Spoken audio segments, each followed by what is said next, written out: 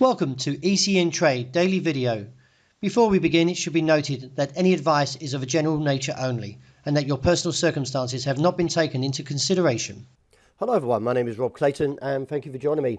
Well, overnight the US dollar index, which measures the greenback strength against a basket of 6 major currencies, plummeted after inflationary numbers eased somewhat. The dollar index dropped from 106.15 to a low of 104.48 before recovering back to 105.05 this morning. The greenback dropped after the US inflation figures ended the day in a sort of a positive way for some of the currencies, as the July Consumer Price Index contracted more than anticipated and was down to 8.5% year on year from 9.1 in June. The core reading, however, came in steady at 5.9, better than the uptick towards 6.1 anticipated. From those numbers, the dollar did suffer quite a hit, the stock market did rally, and some other currencies, if we can see, did perform relatively well.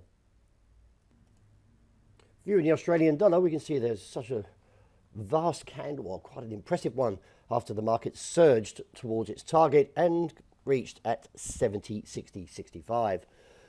Now exceeding, the market will be looking probably a little bit higher to possibly try and see if the market can squeeze. The reason behind that is that this candle outweighs the last two large candles, and therefore we can see possibly a rise now up towards the region of 71, 2025, which I put it in around about here. Reassess from there, as we nearly did get there overnight. Profit taking may come relatively soon, so just keep an eye on these technicals, as we are getting close to the overbought, but not there yet. So nevertheless, I feel there's a little bit more uptick left to the Australian dollar.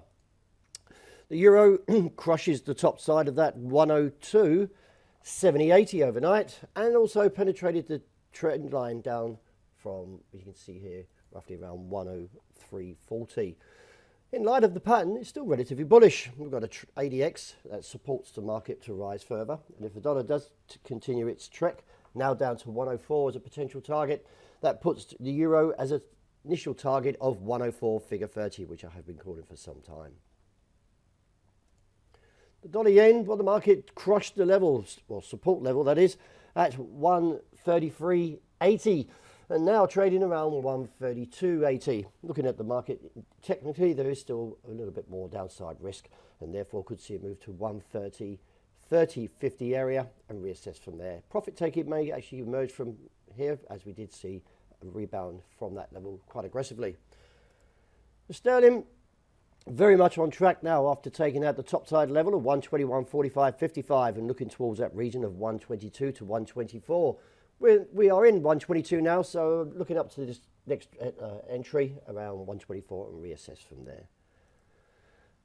Gold was a little bit hesitant overnight as the market took through the level of 1,800 and figure 6 area, and we can see here the market rejected quite quickly.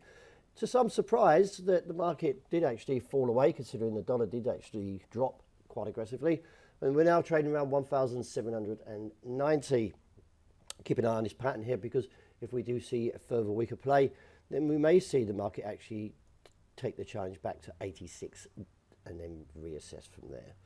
Looking at the top side though, there is still a lot of resistance here around 1,800 figure 6, so another challenge may actually fail because the technicals from the RSI is still somewhat heavy.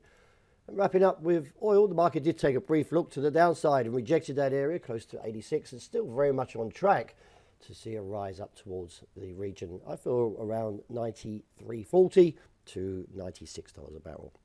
Well, that wraps it for the morning. Thank you very much for joining me. As always, look out for the intraday report. I hope you enjoyed a great start to the day.